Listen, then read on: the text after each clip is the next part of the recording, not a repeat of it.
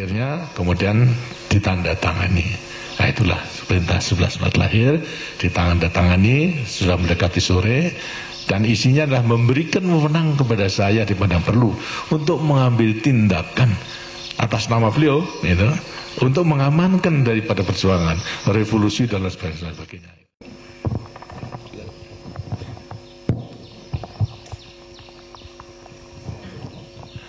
Bismillahirrahmanirrahim. Saudara banget, para perwira angkatan udara dan saudara-saudara hadirin sekalian. Assalamualaikum warahmatullahi wabarakatuh. Pertama-tama kesempatan ini ingin saya gunakan untuk menyertai saudara-saudara semua memanjatkan puji syukur kehadirat Tuhan Yang Maha Kuasa karena rahmatnya dalam rangka apel Komandan Kesatuan TNI Angkatan Udara. Pada hari ini ada acara untuk bertatap muka dengan saya, khususnya di Tapos ini, karena itu saya sampaikan selamat datang di Tapos ini. Barangkali para perwira pun juga telah banyak mendengar mengenai soal Tapos, melihat dari TV dan juga di surat-surat kabar, bahkan juga banyak yang memberitakan, dan biasanya ada yang memberitakan positif, tapi juga ada yang memberitakan dengan tujuan yang negatif, karena mereka tidak mengetahui keadaan sebenarnya daripada Tapos ini, karena memikirkan ini peternakan dari presiden. Padahal sebetulnya bukan peternakan presiden, ini peternakan daripada anak-anak dari saya, yang saya bonceng untuk mengadakan riset dan penelitian. Dengan sendirinya lantas sekarang digambarkan adanya istana yang mewah, kemudian lantas adanya, karena terlalu jauh dari Jakarta, adanya helipad dan sebagainya, kemudian kolam renang, dan juga ada golf course khusus untuk olahraga golf di Tapos ini. Yang semuanya tentunya nanti saudara bisa melihat sendiri semuanya itu ada atau tidak. Sebab memang ada yang termakan oleh isu-isu itu.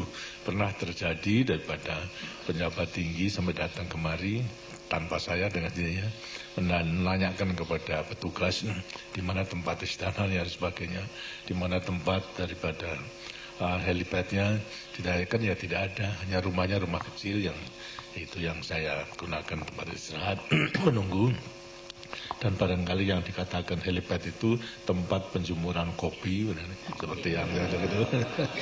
Kemudian juga daripada kolam renang juga memang ada bak panjang.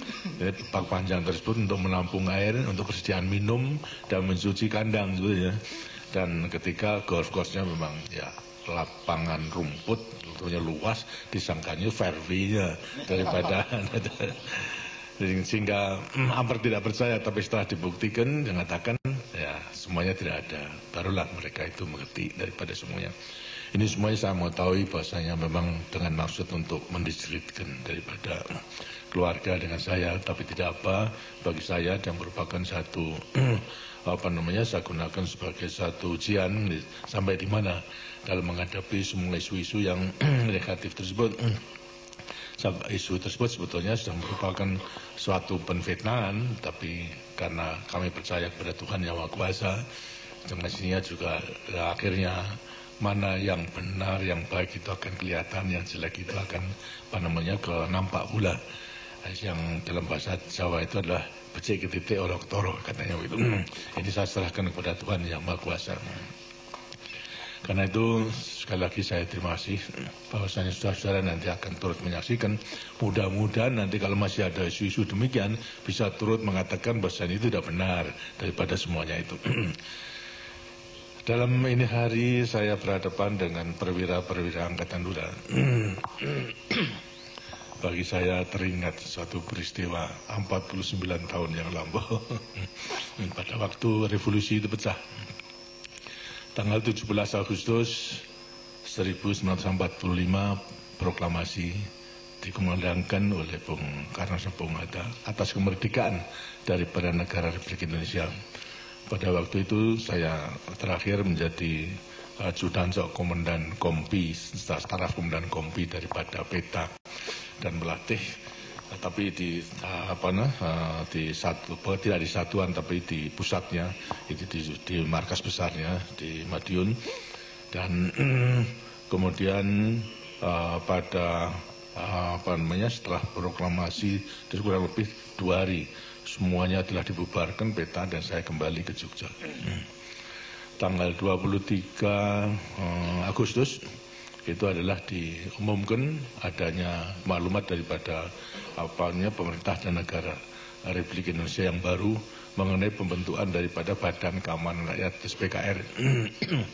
BKR tanggal 23 Agustus dari beberapa hari, karena dipandang perlu untuk segera mempunyai kekuatan dalam rangka mengamankan negara Republik Indonesia yang telah diproklamirkan itu. Dan semua pemuda-pemuda dianjurkan untuk bergabung kepada Badan Keamanan Rakyat. Tidak lupa dengan hasilnya. Semua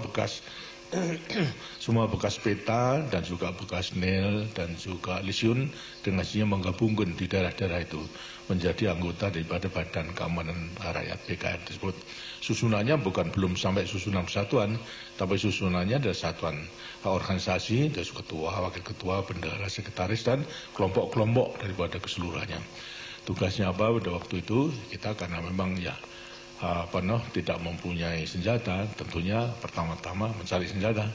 Jadi mencuri senjata dari Jepang dan lain sebagainya, sampai main koboi-koboinan itu pokoknya boleh senjata. Di sampingnya itu juga melakukan diplomasi kepada Jepang yang masih ada. Karena di Jogja pada waktu itu ada 4 batalion yang terukuran sekarang. Dulu namanya Daedang, 4 Daedang, lengkap dengan senjatanya. Setelah peta dibubarkan, senjatanya memang dikumpulkan oleh Jepang di Kota Baru, di gudang, gitu, yang juga di situ tempatkan daripada salah satu batalion daripada Jepang. Kita bekas peta maupun juga yang senior mengadakan diplomasi kepada artinya pemerintah dan juga daripada satuan Jepang pada waktu itu, tapi tidak diberi, tidak diberi.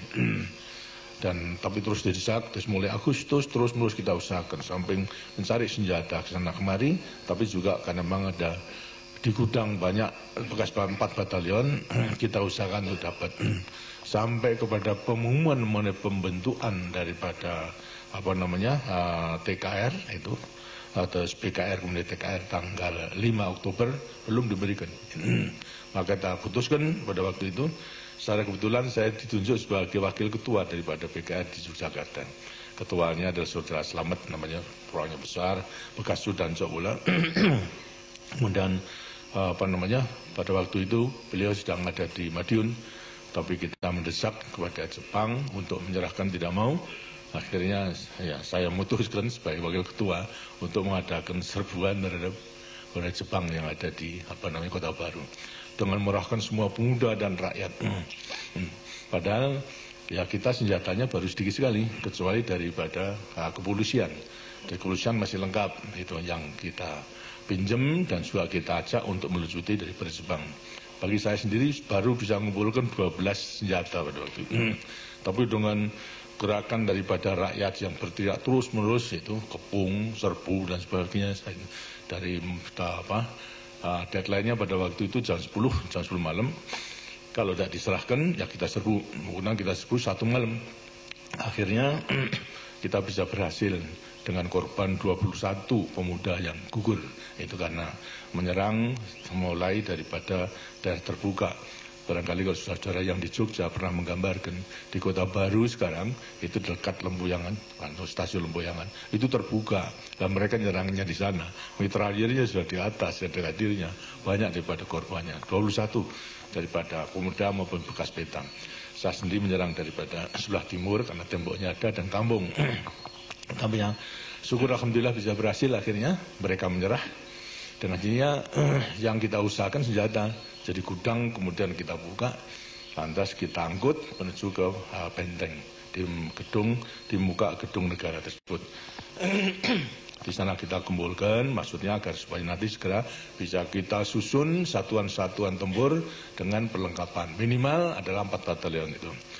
termasuk senjata beratnya, senjata ringan, kemudian lantas senjata pendek, maupun juga mitrailleur, mortir dan sebagainya. Kita bawa ke sana. Kurang lebih sampai jam 2 pada waktu itu sudah selesai.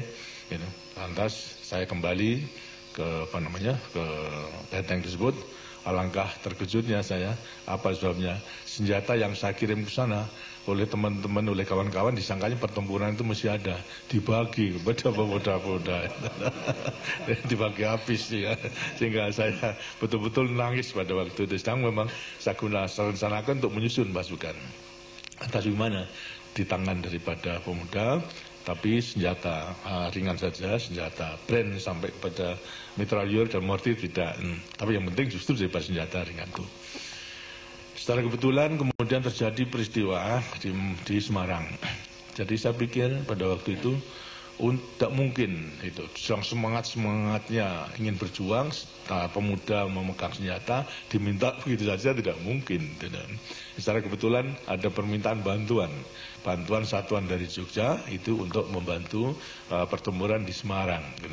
Nah, kemudian atas kesempatan itu saya gunakan mengumpulkan semua pemuda yang memegang senjata, terutama menerima senjata dari Beteng, semua kumpul. Karena keadaan gawat, akan membantu, yaitu ke Semarang. Dengan sendirinya antusias sekali, semua kumpul seluruhnya di benteng.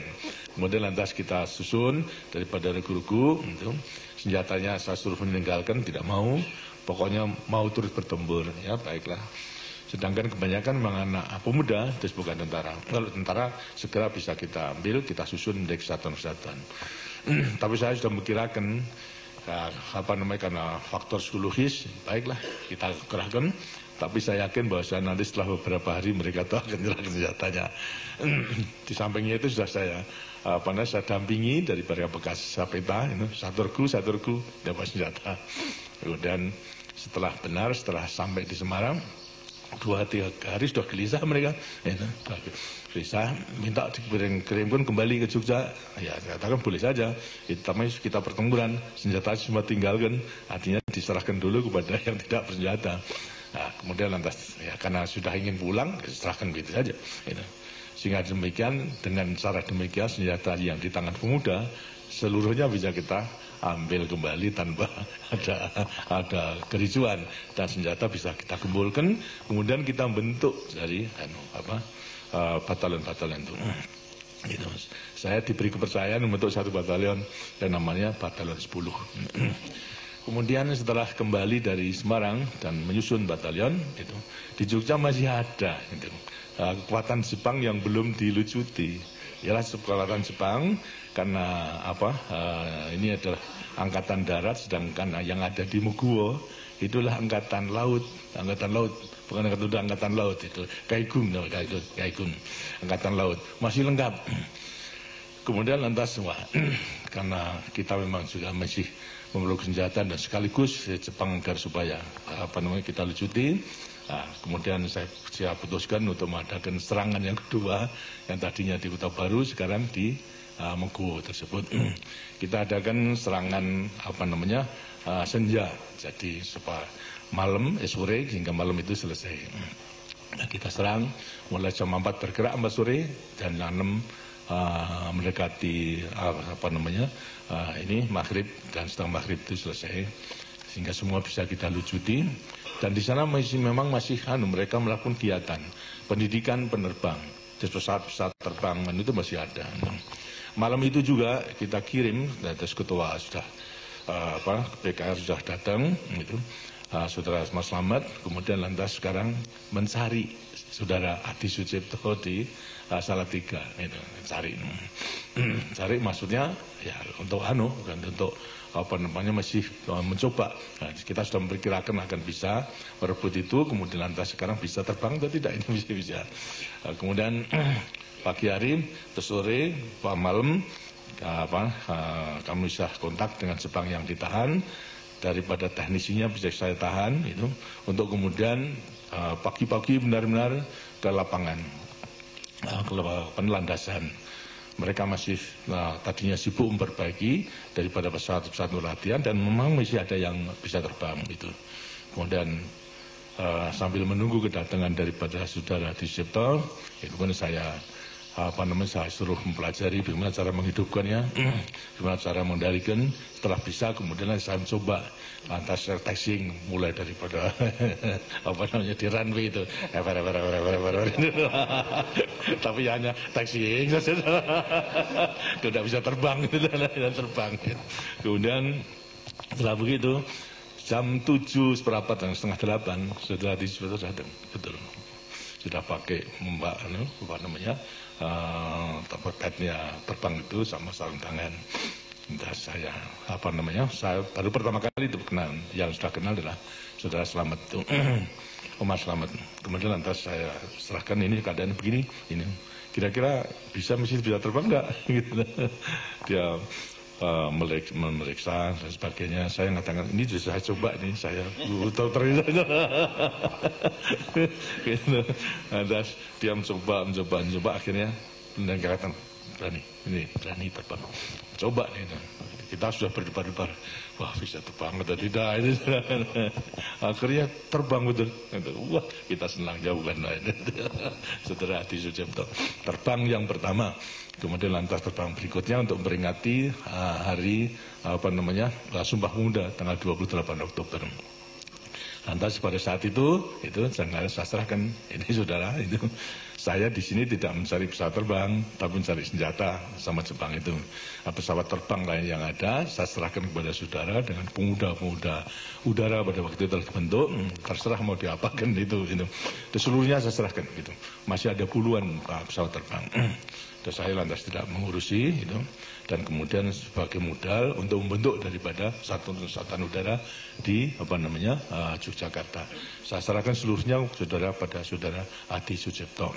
Dan ternyata juga sifat kepahlawannya maupun juga daripada perjuangannya segera membentuk adanya kadet-kadet muda, sehingga dengan pesawat tersebut juga mampu untuk melakukan serangan terhadap Ambarawa, walaupun mortirnya mau bomnya di pangku katanya. Tapi semangatnya luar biasa daripada muda, dan juga daripada semangat daripada saudara Adi Sucipto dengan yang satunya saudara Abdurrahman pada hari yang berusaha menerobos artinya blokade daripada Belanda dengan menggunakan Dakota, bisa menerobos sampai kepada Burma dan juga India, dan pada waktu itu persis bisa kembali hanya kurang berapa menit saja itu sudah kedatangan daripada Cocor Merah kan tadi ya, dari Mustang itu ditembak jatuh di Jogja. Ini pula menunjukkan kepahlawanan daripada bibit-bibit daripada Angkatan Udara, di mana saya pada waktu itu sudah menjadi komandan brigade itu di Yogyakarta. Jadi dengan demikian maka kita melihat bahasanya benar-benar dengan alat yang sederhana toh menimbulkan semangat pejuang yang begitu besar itu, dan berusaha tidak hanya melawan di darat, tapi juga dan kemampuan daripada kolega-kolega di Angkatan Udara itu betul juga menunjukkan itu kemampuannya untuk mendidik itu perwira-perwira atau kadet-kadet untuk menerbang dan juga merobos daripada blokade daripada Belanda, dan berhasil sudah sampai, hanya kemudian mau mendarat dapat diserang oleh Belanda sampai jatuh dan gugur sebagai pahlawan yang kemudian tetap kita kenang. Ini antara lain tentunya juga akan tetap menjiwai, artinya akan mewarisi daripada para perwira-perwira Angkatan Udara sekarang, daripada jiwa dan semangat daripada para pejuang-pejuang yang terdahulu itu. Dan sekarang walaupun para perwira-perwira generasi sekarang dan seterusnya tidak akan mengalami perjuangan seperti perintis-perintisnya, tapi jiwa dan semangat perjuangan itu dengan sendirinya diwariskan. Dan semua ini ada terpatri di dalam Sabta Marga dan Sumpah Prajurit dalam Sabta Marga. Daripada Sabta Marga, semua prajurit memberikan bekal kepada semua anggota Tentara Nasional Indonesia, baik darat, laut, udara maupun ABRISKAN termasuk polisi, adalah jiwa dan semangat daripada perjuangan pendahulu-pendahulu kita atau perintis dan pelopor-pelopor daripada pembentukan Angkatan Bersenjata Republik Indonesia. Kalau kita memang menyelami bahasanya warisan itu adalah tidak hanya jiwa prajurit yang profesional, tapi juga jiwa pejuang. Terus diwariskan jiwa pejuang, coba sebagai pejuang prajurit, prajurit pejuang. Dan ini semua terpatri di dalam Sabta Marga itu. Kalau kita melihat atau mendalami daripada marga ke-1, ke-2, dan 3, jelas itu jiwa kejuangan itu diwariskan kepada kita. Sedangkan marga ke-4, 5, 6, 7 adalah jiwa keprajuritan, jiwa prajurit profesional. Pertama mengenai marga ke-1 daripada Sabta Marga yang mengatakan kami warga negara kesatuan Republik Indonesia yang bersendikan Pancasila. Yang berarti jelas bahasanya kita masing-masing sebagai Tentara Nasional Indonesia selalu berpegangan sebagai warga negara itu. Negara Kesatuan Republik Indonesia yang bersendikan Pancasila. Jadi Pancasila sebagai sendi negara kesatuan Republik Indonesia itu betul-betul harus kita pegang teguh. Kemudian yang marga kedua adalah kami patriot Indonesia, pendukung serta pembela ideologi negara yang bertanggung jawab dan tidak mengenal menyerah. Betapa kesetiaan yang harus kita buktikan terhadap kesetiaan terhadap Pancasila tersebut. Kemudian adalah marga ketiga kalau tidak salah kami kesatria Indonesia takwa kepada Tuhan Yang Maha Kuasa serta membela kebenaran dan keadilan. Ini pun juga demikian, kita selalu berpegang teguh kepada iman dan takwa kita kepada Tuhan Yang Maha Kuasa. Selalu kita gunakan sebagai gandulan atau sebagai pegangan dalam mewujudkan jiwa dan semangat kejuangan sebagai pejuang itu. Dan terhadap Pancasila benar-benar kita itu tidak boleh main-main. Jangan kemudian lantas sekarang ya dianggap ya hanya disungcapkan saja tapi tidak akan dipraktekkan. Seharusnya memang dipraktekkan dengan sebaik-baiknya. Nah sekarang kalau memang demikian tentunya juga itu lantas kita berpegang teguh mengakui Pancasila sebagai sendi negara. Selanjutnya lantas Pancasila yang mana yang kita pegang itu. Karena masalahnya banyak Pancasila versi yang dikemukakan, terutama karena memang Pancasila sebagai dasar negara. Bagi kita dengarnya Pancasila sebagai dasar negara dan kemudian dikembangkan dalam Orde Baru itu sebagai ideologi bangsa dan juga sebagai pandangan hidup dalam kehidupan kita bernegara, berbangsa dan bermasyarakat. Ya Pancasila yang lahir bersama-sama proklamasi. Artinya yang lahir satu hari setelah proklamasi itu ialah Undang-Undang Dasar 45 di mana muka timahnya disebutkan daripada dasar bernegara ialah ketuhanan yang Maha Esa, kemanusiaan yang adil dan beradab, persatuan Indonesia, kerakyatan yang dipimpin oleh Maha Kebijaksanaan dalam persoalan perwakilan, keadilan bagi seluruh masyarakat Indonesia yang kemudian kita namakan Pancasila. Inilah yang harus kita pegang teguh. Karena memang ada beberapa versi yang seolah mengatakan Pancasila yang lahir pada 1 Juni misalnya, pada waktu diucapkan oleh Bung Karno.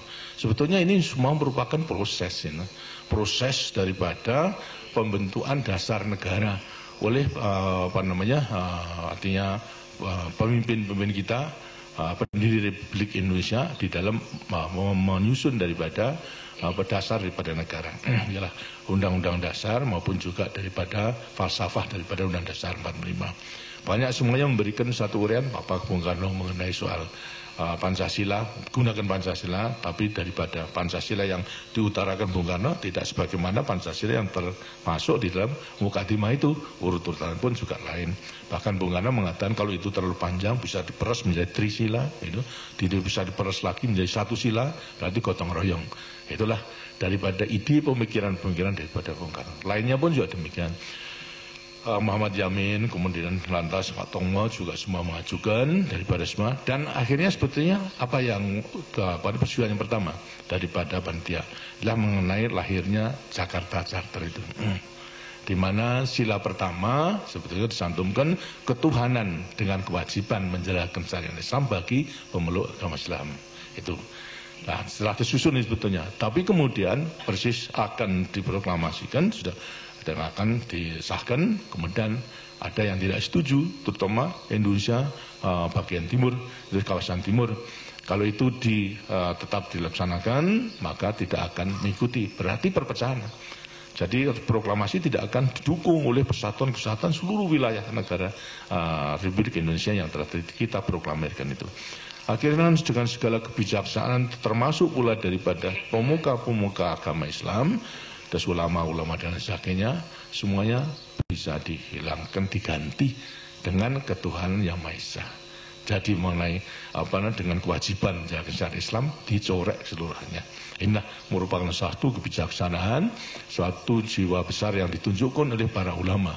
Saya kira bisa mengerti para ulama begitu bisa menerima apa sebabnya. Ya karena masalahnya sebetulnya yang mengaku agama Islam itu sebenarnya wajib untuk menjalankan syiarnya. Tapi dalam rangka ketuhanan yang Maha Esa sebetulnya merupakan tauhid daripada Islam itu sendiri. Hanya mengakui satu Tuhan. That's Tuhan yang Maha Esa. Dan kita itu hanya mengetahui satu Tuhan. Dan juga daripada umat Islam mengakui Nabi Muhammad itu sebagai Nabi utusan Rasulnya itu. Dengan syahadat yang sepenuhnya kita ucapkan bagi mereka yang beragama Islam.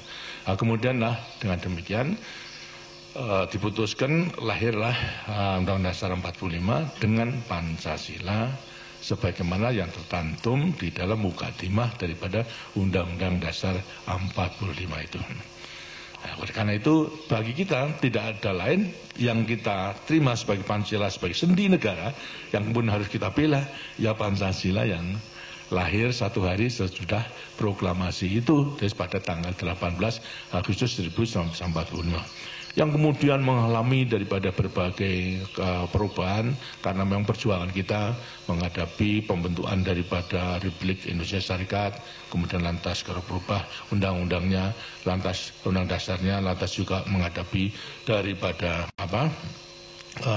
ini mengenai pembentukan negara Republik sementara dengan undang-undang dasar pun juga berubah dan kemudian lantas ini merupakan undang-undang dasar sementara dan kemudian untuk dapat menyusun undang-undang yang tetap diadakan pemilihan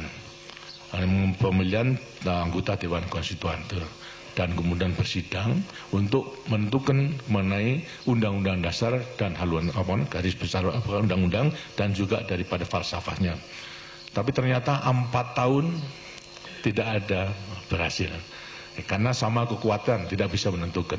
Tidak pernah mencapai 2/3 dari forum yang harus menentukan mengenai sahnya daripada undang-undang dasar yang baru, yang perlu mengganti daripada undang-undang dasar. Akhirnya lantas sekarang ya perjuangan kita tidak bisa terus-menerus menunggu Dewan Konstituan untuk menyusun undang-undang dasar, lantas diputuskan kembali kepada Undang-Undang Dasar 45 dengan dekret daripada Presiden itu. Yang sekarang dengan sininya lantas karena sudah didekretkan Dewan Konstitusi tidak bisa menyusun daripada Undang-Undang Dasar tetap yang masih berlaku dari Undang-Undang Dasar sementara Republik. Sekarang didekretkan kembali kepada Undang-Undang Dasar 45. Terus yang menjadi pegangan daripada kehidupan kita bernegara, berbangsa dan bermasyarakat adalah Undang-Undang Dasar 45 dengan Pancasila yang tercantum di dalam mukadimah tersebut. Inilah yang saya kira perlu kita pegang teguh yang kemudian lantas kita laksanakan. Tapi saudara-saudara mengetahui bahasanya walaupun toh sudah kembali kepada Undang-Undang Dasar 45 dengan dekret daripada Presiden, pelaksanaannya sampai pada tahun 65 tidak sesuai dengan apa yang tercantum dalam Undang-Undang Dasar 45, khususnya dalam rangka melaksanakan mungkin juga merupakan konsep perjuangan daripada Bung Karno itu. Bagaimana dalam membawa daripada kelangsungan perjuangan bangsa Indonesia untuk mencapai daripada cita-citanya itu. Dilihat daripada segi ideologi memang kita bisa mengerti kenapa tidak segera diterapkan sebagaimana yang tercantum di dalam Undang-Undang Dasar 45, baik mengenai lembaga-lembaga tinggi negaranya maupun juga kekuasaan daripada presiden, mandataris dan lain sebagainya itu. Karena apa? Sebenarnya Bung Karno juga itu selalu mengatakan kepada kita, dilihat daripada segi ideologi, landasan perjuangan ideologi Bung Karno sebetulnya Marxis, gitu. Marxisme itulah landasan, tapi yang diterapkan di Indonesia. Itu Marxisme yang diterapkan di Indonesia. Selain daripada Marxisme yang diterapkan di Eropa Timur, di Moskow, di Rusia dan sebagainya. Perbedaannya apa? Kalau Marxisme, Leninisme sampai pada komunisme diterapkan di sana adalah merupakan perjuangan kelas. Jadi daripada rakyat pada dasarnya merupakan kelompok yang tidak turut memiliki alat produksi, apa itu pabrik, apa itu tanah dan sebagainya, tidak turut memiliki. Itu merupakan kaum proletar sendiri. Sehingga demikian kaum proletar itu yang sekarang harus disusun untuk memegang kekuasaan, sehingga berlakulah diktator proletariat di negara-negara komunis itu. Sekarang di Indonesia itu tidak demikian. Walaupun kecil rakyat Indonesia itu ikut turut memiliki alat produksi, ikut turut memiliki tanah menjadi sumber daripada kehidupannya, ikut turut memiliki misalnya alat-alat pandai, jahit dan sebagainya. Terus lain. Nah, ini digambarkan oleh Bung Karno sebagai seorang yang namanya marhen. Marhen itu adalah sepetani yang mempunyai sawah kecil. Karena itu lantas sekarang untuk menerapkan itu diterapkan seperti keadaannya si petani namanya marhen itu, lantas sekarang Marxisme yang diterapkan di Indonesia adalah marhenisme. Tapi pada dasarnya adalah Marxis. Karena itu dalam mempraktekkan mengenai setelah kembali dekret Presiden 5 Juli itu 59, bahasanya ya tidak meninggalkan daripada jiwa dan semangat Marxis itu. Buktinya apa? Buktinya adalah lantas kemudian mengembangkan daripada perjuangan beliau mengenai mempersatukan semua kekuatan dan ideologi. Diajak semua kekuatan yang mempunyai ideologi itu dalam pesta satu meja, itu yang kemudian lantas bersama-sama untuk mencapai cita-citanya. Gitu. Nah, dalam rangka inilah kemudian lantas timbul Nasakom itu, nasionalis, komunis dan agama itu. Nah, ini yang kemudian menjadi pusat daripada kuat pemikiran Bung Karno. Dan ini sudah saya saya ketahui sejak tahun 58. Pada waktu saya menjadi Panglima Divisi Diponegoro. Pada waktu itu beliau mengunjungi daerah dalam rangka saya sebagai penguasa perang. Saya mendampingi beliau di mobil dari Banteng, Kabupaten Banteng sampai kepada kota tempat penginapan. Banyak saya laporkan soal keamanan. Kemudian saya tanya kepada beliau, Pak, karena setelah pemilihan umum pada waktu itu untuk Dewan Kesultanan, ya Pak, ini mengenai PKI di Jawa Tengah itu menang, apakah tidak membahayakan Pancasila? Saya menanyakan itu. Karena ideologi Pancasila sama ideologi daripada komunis dengan sini akan mendirikan negara komunis juga. Dan ternyata sekarang sudah menang, apa tidak membahayakan daripada Pancasila? Beliau menjawab biasanya bahwa kan kenyataan PKI itu mendapat dukungan daripada rakyat. Merupakan kekuatan yang harus kita perhatikan, kita perhitungkan. Karena itu harus kita berjuang untuk menjadikan PKI itu adalah PKI Pancasila. Nah, saya nanya, apa mungkin Pak? Nah, beliau mengatakan ini perjuangan bawamu, serahkan kepada saya. Kamu udah usah turut-turut, gitu. Ya sudah, di situ saya sudah melihat bahwasanya beliau tidak akan menghilangkan daripada PKI, akan menggunakan. Kemudian apalagi juga setelah kemudian lantas konsep Nasakom tersebut tidak hanya ke dalam negeri, tapi juga sudah dijual luar negeri lewati pidato beliau di Persyaratan Bangsa-Bangsa itu. Jadi tahun 58 saya sudah menanyakan apa tidak membahayakan. Kemudian terjadi mengenai soal KUB G30 SUKI, dan secara kebetulan saya mempunyai kepercayaan untuk mendampingi, mengatasi daripada keseluruhannya, sehingga saya tinggal saja. Lah Pak, saya dulu kan sudah tanya bahasanya PKI Pak tidak membahayakan Pancasila. Yang kemudian lantas ternyata sekarang demikian. Tapi beliau masih mengatakan itu mengenai peristiwa G30S dan meninggalkan jenderal-jenderal itu dalam revolusi hanya merupakan suatu hal yang kecil. Yang kita juga agak deg-degan, agak masa meninggal gugurnya daripada jenderal-jenderal hanya merupakan suatu kejadian yang kecil. Baiklah itu. Tapi bagi saya bukan jenderalnya, benar-benar PKI komunis itu sudah mengancam Pancasila. Itu bagi saya. Tapi bagi beliau adalah masih berusaha pada konsepnya untuk mempersatukan daripada ideologi. Karena itu setelah G30S konfliknya itu timbul dalam mengatasi situasi demikian. Ada perbedaan di antaranya konsep rakyat mengharapkan, menginginkan PKI itu dibubarkan karena sudah berulang-ulang untuk mengadakan kumpulan sebagainya. Sedang Bung Karno itu adalah tetap ingin mempertahankan daripada PKI dalam rangka konsep nasakomnya itu. Ini semua tersirat di dalam dialog saya secara empat mata di antara beliau dengan saya itu mulai 2 Oktober sampai kepada 10 Maret berulang-ulang gitu. Saya terus dimarahi terus saja, tapi saya dimarahi apa boleh buat tapi untuk perjuangan. Tapi saya tidak menunjukkan daripada sifat menentang. Saya menunjukkan bahasanya, Pak, ini rakyat itu masih percaya gitu. Kalau Bapak tidak menentang arus daripada rakyat, percayalah itu. Semua itu masih mendukung untuk menyelesaikan revolusi ini gitu. Tapi ya beliau tetap berpegang teguh dan selalu mengatakan, kamu sebagai prajurit, saya panglima tertinggi gitu. Harus tunduk pada saya, bubarkan itu kami sama KAPI.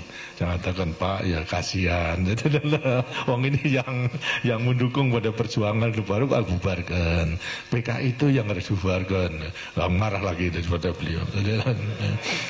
Jadi terus menerus begitu. Dan akhirnya pada waktu menyadarkan pada saya lagi, kamu harus tahu bahwa saya ini tidak lagi menjadi pemimpin Indonesia. Saya ini sudah menjadi pemimpin dunia. Saya sudah terlanjur menjual konsep Naskom itu kepada dunia. Sekarang saya harus bubar PKI. Berarti kan menyabut daripada konsep saya. Di mana muka saya terhadap dunia itu? Ini menjadi alasan. Nah, kemudian saya jawab, kalau begitu gampang Pak. Bagaimana? Yang penting sesuai dengan apa yang selalu diajarkan Bapak kan. Yang penting kan kepentingan rakyat kita, kepentingan nasional dulu. Baru dengan kepentingan nasional dan kekuatan nasional kita bisa melangkah keluar. Kalau kita tidak mempunyai kekuatan di dalam, ya apa yang harus kita lakukan keluar? Karena kalau caranya demikian, itu gampang. Jadikan saya bemper, saya bilang. Gimana? Saya akan bubarkan PKI. Tapi nanti kalau sudah dengan demikian, lantas dunia itu melihat bahasanya yang membubarkan PKI mana Pak? Tapi saya. Tapi setelah itu kemudian banjir, setelah minta supaya digongi untuk keperluan ke dalam, itu supaya ke dalam rakyat benar-benar daripada pembubaran PKI, walaupun saya membubarkan, toh Bapak menyetujui sehingga rakyat bisa mendukungnya. Karena kan ya tidak bisa. Nggak bisa ya susah kalau begitu. Kaman akhirnya tanya sudah berulang-ulang itu terus tanggal 20 Oktober sampai kepada 10 Maret, sebelumnya 11 Maret itu. Akhirnya entah beberapa hari sebelumnya 1 Maret itu, perubahan Maret itu. Saya masih belum sakit pada waktu itu, dipanggil gitu. Berdua, lantas beliau dalam keadaan santai, pakai celana kolor sama kaos saja. Saya mel itu ada apa? Lantas saya ya minum dan sebagainya. Akhirnya menanyakan saya sambil jawab, jane aku iki arep kok kapake. Jadi saya juga madeg pada waktu itu Pak.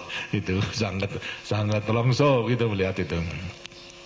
Lantas saya mengatakan pada beliau, Pak, jadi Bapak belum ngerti.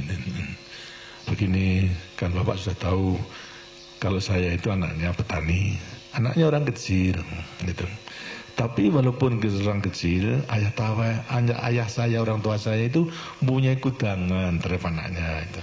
Apa begini pesan kepada saya, hal kalau kau kelak menjadi orang bisa mikul dur mendem jeruk pada orang tua, itu kudangan daripada ayah saya. Ya saya taati.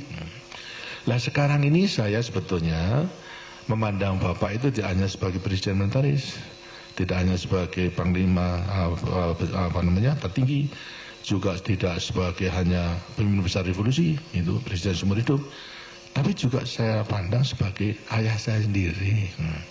Lah saya ini maksud saya mikul dur mendem jeruk pada bapak, tapi yang mau dipikul dur mendem jeruk tidak mau. Saya kata tenan ini. Lah kalau tidak tenan saya dimarahi, sudah tidak mau datang kemari ya, bolak-balik dimarahi saja. Jadi dengan mulian di sini ada perbedaan antara sarannya mengatasi keadaan. Saya mengatakan menampung arus daripada bubar PKI, beliau masih belum, tapi tidak mungkin daripada beliau untuk melaksanakan karena perhitungan ke dalam dan politik ke luar tadi. Dan saya bisa mengerti karena itu saya katakan jadikan saya bumper itu saya bukan PKI, tapi setelah itu bapak ngegoki, itu artinya harus setuju di setelah beberapa berselang. Itu kesimpulannya, dan kemudian masih ragu-ragu nanya. Dan saya memang tidak punya maksud untuk menumbangkan Bung Karno, walaupun teman-teman saya, kolega saya telah mengajak kekuasaan di tangan kita. Kenapa harus kita tunggu-tunggu? Gitu. Buat sekarang sudah kita gulingkan saja. Saya mengatakan, maafkan, saya tidak mempunyai pikiran ke situ, karena saya tidak mau meninggalkan sejarah titik hitam dalam kertas putih kepada kehidupan angkatan perang kita. Saya tidak mau untuk mengajak kepada anak buah untuk merebut kekuasaan, saya tidak mau. Tapi kalau saudara-saudara mau silakan. Saya tidak turut. Akhirnya tidak ada yang mau. Jadi tidak ada mau. Sekarang kita harus menyelesaikan semua itu secara konstitusional. Yang memang lama, tapi inilah jalan yang harus kita tempuh. Akhirnya semua setuju, hanya yang mengatakan yang kritik pada saya terlalu falsafah Jogja, yaitu seperti Andong, alan-alan asal pelakon gitu loh. Ya apa boleh buat saja, tapi yang mereka tidak mengerti. Yang penting itu kan kelakonnya itu, jadi kelakonnya dengan berhasil, bukan alon-alonnya, kelakonnya itu dan berhasil. Ya karena mereka salah menafsirkan, sehingga kemudian terjadi pada 11 Maret sidang kabinet. Di situ ada pemberitaan mengenai soal istana sudah dikepung oleh pasukan yang tidak dikenal. 10 Maret, 11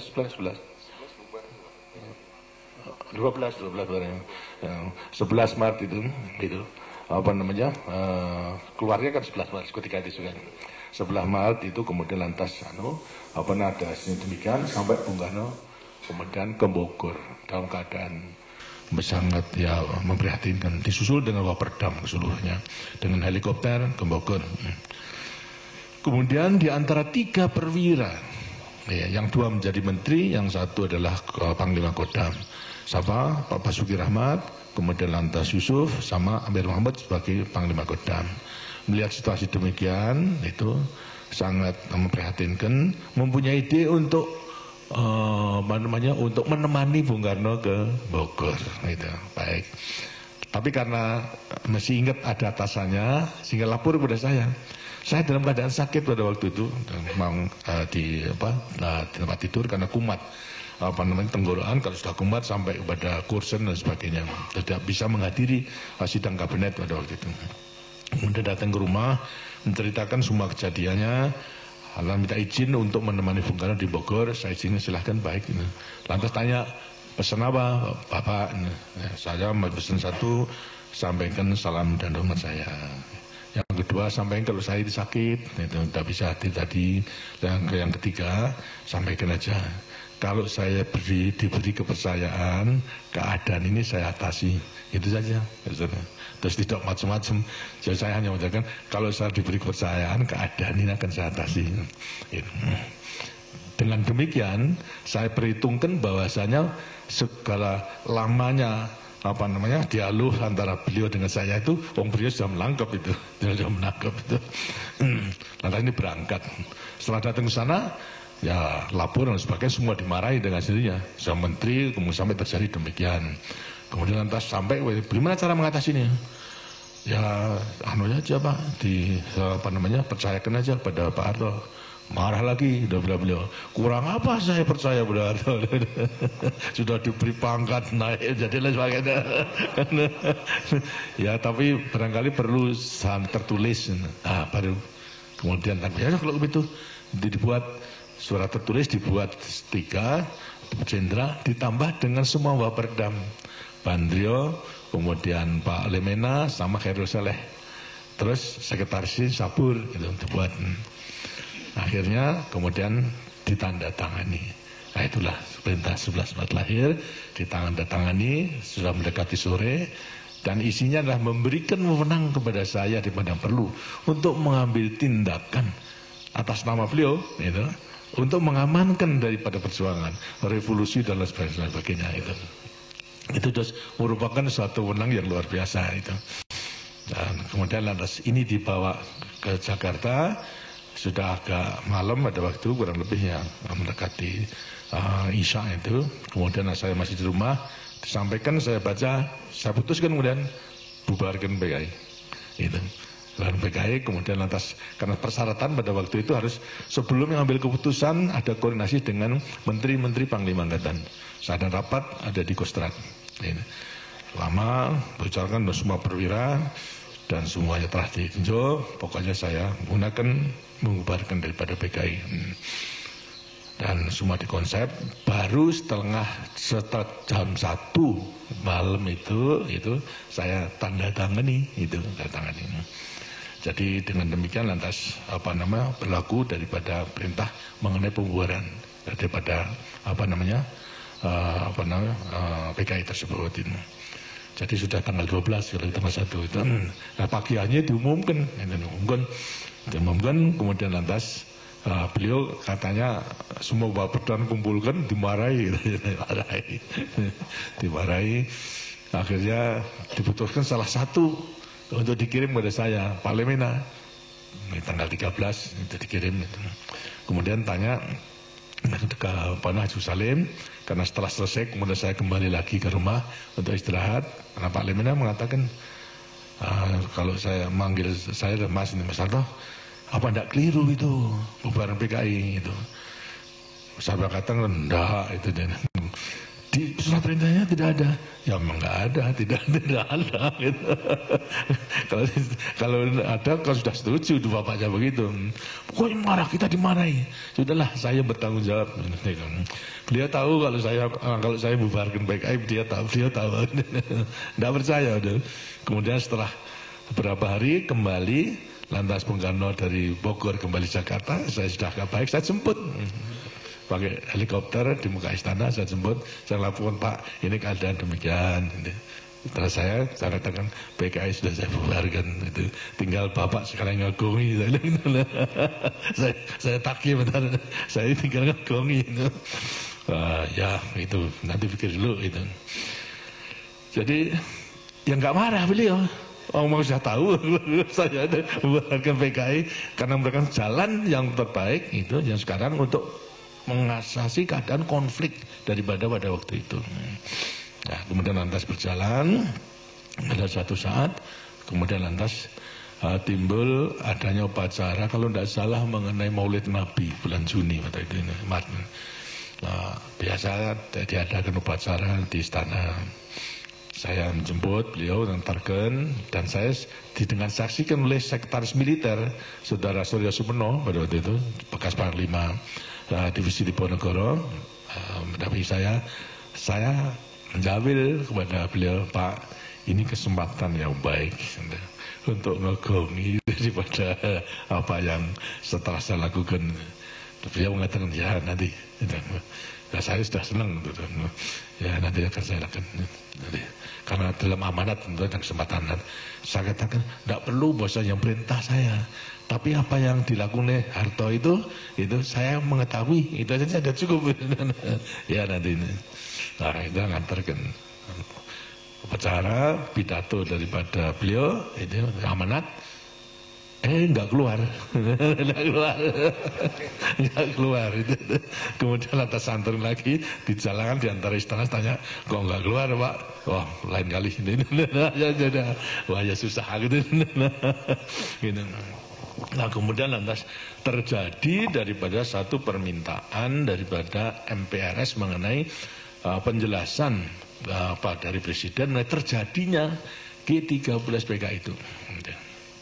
Ini diminta dengan bagaimana atau penjelasannya itu. Tapi yang keluar bukan penjelasan, tapi pidato Nawaksara, ya sebagai Nawaksara yang mengatakan, yang membela daripada konsepnya. Nah kemudian nimbul sekarang sudah merupakan konfrontatif antara presiden dengan legislatif. Lah saya sudah tidak bisa buat apa-apa. Nah, itu. Nah, sampai kepada masih pada waktu itu belum jelas, tapi tidak diterima minta dilengkapi. Gitu. Ya.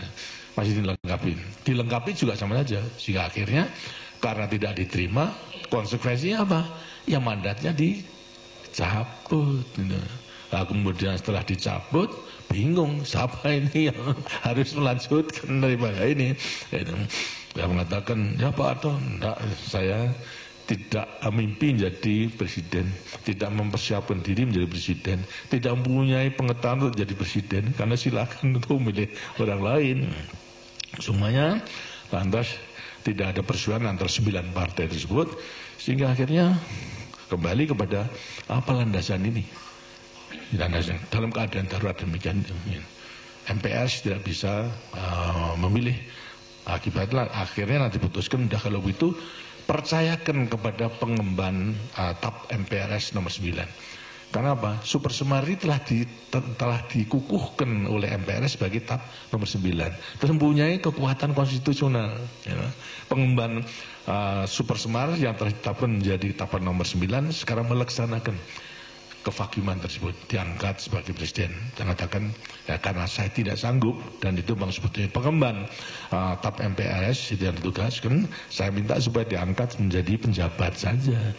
Gitu. Jadi penjabat itu ada sejarahnya, karena saya tidak menyanggupkan diri untuk menjadi presiden. Gitu. Terus pengemban TAP MPRS nomor 9 sebagai kelanjutan daripada Super Semar itu sebagai penjabat presiden. Gitu. Kemudian lantas saya terima yang dilaksanakan setelah 1 tahun, dan ternyata kemudian diangkat menjadi presiden. Walaupun juga MPRS pada waktu itu setelah tahun 68, terus tahun 68 tidak bisa melengkapi dengan satu GPN, tidak bisa. Lantas wakil presiden juga belum diangkat, hanya presiden saja. Ditugaskan oleh MPRS untuk melaksanakan pembangunan 5 tahun. Inilah sebabnya daripada kenapa sampai MPRS tidak bisa menentukan garis besar negara. Karena pengalaman tidak ada. Mulai dulu itu selalu mengenai haluan negara ditentukan pidato tahunan tiap 17 Agustus daripada presiden itu dijadikan haluan negara. Nah itu kan bertentangan dengan Undang-Undang Dasar 45 toh. Tapi sejarahnya pun demikian, sehingga dihadapkan daripada suatu keadaan yang nggak bisa menyusun, hingga dipercayakan kepada Presiden Mandataris untuk melaksanakan pembangunan 5 tahun dan seterusnya. Ini sebagai suatu gambaran yang saya alami agar supaya saya mengetahui bahwa sejak semula itu kita menjaga jangan sampai ABRI itu melakukan satu tindakan-tindakan yang akibatnya seperti kejadian di Afrika, di Amerika Latin itu mengadakan perebutan kekuasaan, sehingga sudah terjadi lagi timbul daripada perebutan kekuasaan, sehingga akhirnya hanya terus begitu saja. Kita bersyukur alhamdulillah bahwasanya kita bisa mencegah pada waktu itu, sehingga memang kita harus lantas sekarang melaksanakan semuanya itu sesuai dengan konstitusi. Karena itu tekad daripada Orde Baru dalam sekarang ini adalah melaksanakan kemurnian daripada Pancasila dan Undang-Undang Dasar 45. Sejak daripada lahir Orde Baru. Karena yang dulu itu seperti saya katakan, itu kenapa sejak proklamasi kemudian lantas Undang-Undang Dasar 45 tidak dilaksanakan. Kita bisa mengerti karena memang situasi kondisi dalam negeri dan dunia pada waktu itu mungkin kalau kita segera melaksanakan akan dicap sebagai negara cetakan daripada Jepang, negara diktator dan sebagainya. Itu bisa mengerti. Tapi justru setelah kembali kepada dekret, kok masih begitu? Sampai Nasakom ditegakkan sehingga akibatnya memberi kesempatan kepada PKI untuk menyusun kekuatan dan akhirnya merebut daripada kekuasaan yang kemudian bisa kita tumbangkan itu. Ini tidak hanya agar supaya merupakan warisan sejarah yang tetap kita pegang teguh dan selalu akan menjiwai daripada Tentara Nasional Indonesia. Saudara sekalian, pegangan kita tetap dinasinya pada Sumpah Prajurit jam Sabta Marga. Gitu. Jadi Sumpah Prajurit Sabta Marga dalam arti juga berpegang teguh kepada Pancasila dan Undang-Undang Dasar 45. Jelas Pancasila dan Undang-Undang Dasar 45 yang lahir satu hari sesudah proklamasi. Itu. Ini yang pegangan teguh. Kemudian barangkali juga saudara perlu mengetahui dalam implementasinya berpegang teguh kepada Sabta Marga itu dalam menghadapi peristiwa G13 PKI. Gitu. Sebenarnya kita mengetahui bahwasanya Partai Komunis dimanapun juga itu perjuangannya menimbulkan kontradiksi, pertentangan, sehingga ada pertentangan kemudian bisa manfaat untuk musuh daripada kekuatan, dan kalau sudah kuat itu semua lawannya kan habiskan gitu. Tidak ada yang tinggal. Nah, ini menjadi ciri-ciri daripada mereka. Oleh karena itu kekuatan yang harus disusun dalam rangka persyaratan untuk dapat kemenangan itu ada 3 kekuatan. Satu apa? Satu mengenai kekuatan buruh, itu harus tangannya. Ketua tani itu harus di tangannya. Dan ketiga angkatan bersenjata harus di tangannya. PKI telah bisa menghimpun itu Soksi sama BTI. Tapi mengenai angkatan yang belum. Karena itu mereka mempunyai ide dalam rangka konfrontasi dengan Malaysia membentuk angkatan kelima. Itu mempersenjatai daripada buruh sama petani. Karena yang memang tidak bisa, belum dimiliki. Sedangkan daripada angkatan sebagai banyak pejuang dan hasilnya tidak akan mudah begitu saja. Karena itu ini tidak tercapai sehingga satu-satunya jalan itu sebetulnya karena apa? Terdesak oleh perhitungan waktu. Terdesak oleh perhitungan waktu pada waktu itu apa sebabnya? Terus mereka masih selalu menyandarkan kepada karisma Bung Karno. Desakan amlinan terus kepada Bung Karno itu. Dan pada waktu itu ada berita kalau Bung Karno dalam keadaan sakit. Diramalkan oleh dokter daripada RT, didatangkan kemungkinan ada 2, lumpuh atau meninggal. Nah, beliau daripada PKI mengatakan kalau ini terjadi sebelum dia kuasa akan hancur. Maka itulah ini sebelumnya terjadi diforsir. Hanya angkatan saja belum, maka mengadakan infiltrasi terhadap angkatan darat yang punya kekuatan yang besar. Dan infiltrasi bukan baru. Perwira-perwira yang dikerahkan itu sudah merupakan perwira yang dibina sejak tahun 45. Seperti Untung. Itu karena dari Solo. Saya mengetahui bahwa Untung itu batalionnya, Batalan 44, Batalan Tigdo, yang juga saya komandansimennya pada waktu itu telah diadakan indoktrinasi politik sejak tahun 45 oleh tokoh PKI yang namanya Alimin. Tokoh tertua setelah Tan Malaka itu adalah Alimin. Kemudian baru Muso. Ini terus menerus. Sehingga setelah tahun 45 semua komandan regu ke atas itu politiknya, ideologinya adalah komunis. Gitu. Tapi dalam rangka memperbaiki kita latih dan sebagainya itu, apalagi pada waktu saya di Solo semua saya latih supaya dipisahkan di antara ideologi sama keprajuritan dan itu berhasil. Tapi nyata terus dibina sehingga pada akhir membutuhkan terdesak oleh keadaan perwira-perwira inilah yang digunakan. Secara kebetulan semua sudah di Jakarta itu dan memegang kunci-kunci yang penting karena memang rupa-rupanya ada persiapan ke arah situ. Jadi pada waktu pengumuman pertama bahwa Untung melakukan kegiatan itu untuk menghadapi gerakan Dewan Jenderal yang mengadakan coup terhadap Bung Karno, itu saya bisa baca, itu untung itu dulu PKI. Gitu. Tapi dia mengatakan seolah gerakan daripada menghadapi Dewan Jenderal. Dengan Dewan Jenderal sebenarnya tidak ada. Yang ada itu Wanjakti, Dewan Jabatan dan Kepangkatan Tinggi, di mana saya duduk. Ya tidak pernah membicarakan mengenai soal politik, tapi mengenai soal jabatan sama kepangkatan aja. Dari situ sudah mengatakan menyalahgunakan itu.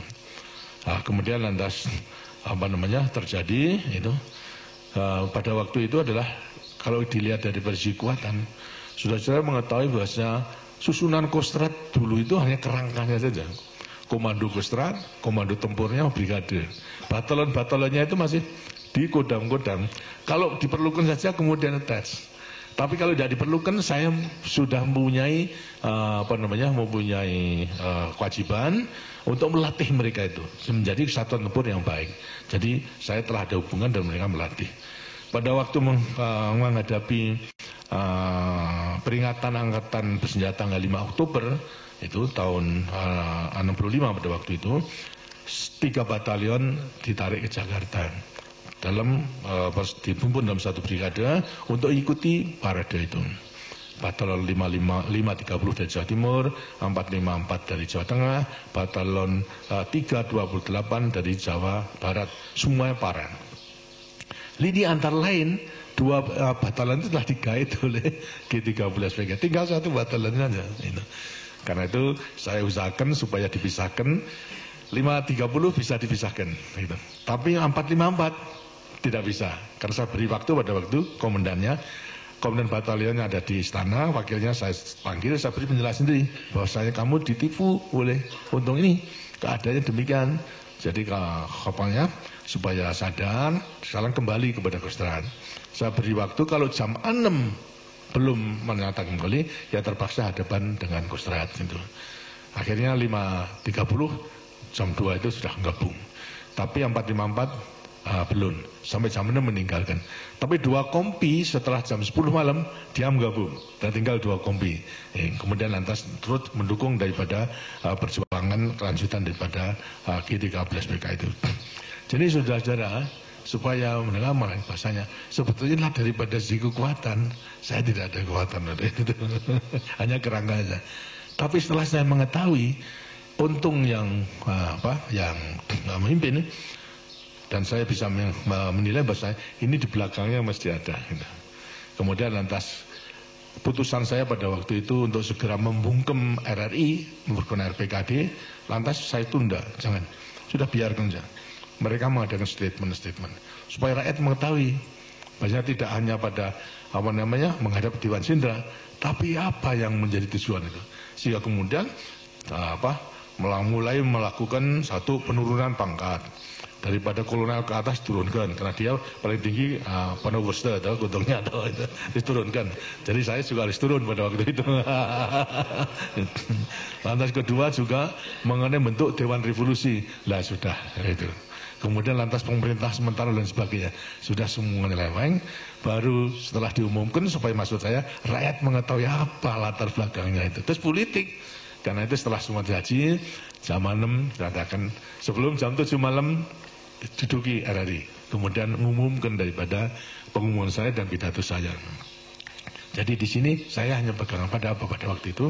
Soal jelas pada staf. Saya perhitungkan ini di belakangnya daripada untung ini PKI pasti. Nah kalau PKI bukan masalahnya mengenai Dewan Jenderal Angkatan Darat, ini pasti akan mendirikan negara komunis. Berarti Pancasila itu dalam keadaan bahaya. Sedang kita sebagai prajurit Sabta Marga harus membela Pancasila. Akan kita biarkan atau gimana? Kalau dibiarkan, daripada doktrin komunis itu akhirnya toh kita akan mati konyol. Siapa? Akan dibunuh semuanya. Lah daripada mati konyol, mari mati sebagai prajurit yang setia kepada sumpah prajurit Sabta Marga. Menurut perhitungan saya, kita harus melawan daripada mati konyol itu. Semua setuju, oke, kita lawan, kita hadapi daripada semuanya itu. Sehingga walaupun kekuatan itu relatif tidak ada, Tapi karena saya percaya bahwa rakyat itu akan mendukungnya. Dan kesatuan-kesatuan yang tertipu akhirnya juga akan kembali. Nah, untuk mengatasi itu, akhirnya bisa diatasi dengan sebaik-baiknya. Inilah berapa mengenai nilai daripada kesetiaan kita kepada negara dan bangsa yang berdasarkan Pancasila dan Undang-Undang 45 daripada para prajurit yang betul-betul kalau setia berpegangan kepada sumpah prajurit dan sabda marganya, tidak akan menjadi masalah.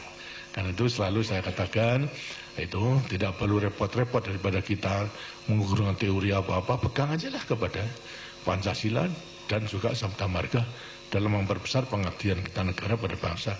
Tidak melihat kepada orangnya, kita tidak ingin patuh kepada orangnya, tapi adalah berpegang kepada cita-cita perjuangan kita. Kalau kita patuh pada orangnya itu dalam rangka orang yang mengemban tugas daripada negara dan bangsa itu. Ini saya harapkan dan sekarang memang sudah kita buktikan bahwasanya dalam rangka melaksanakan kemurnian Pancasila dan Undang-Undang Dasar 45.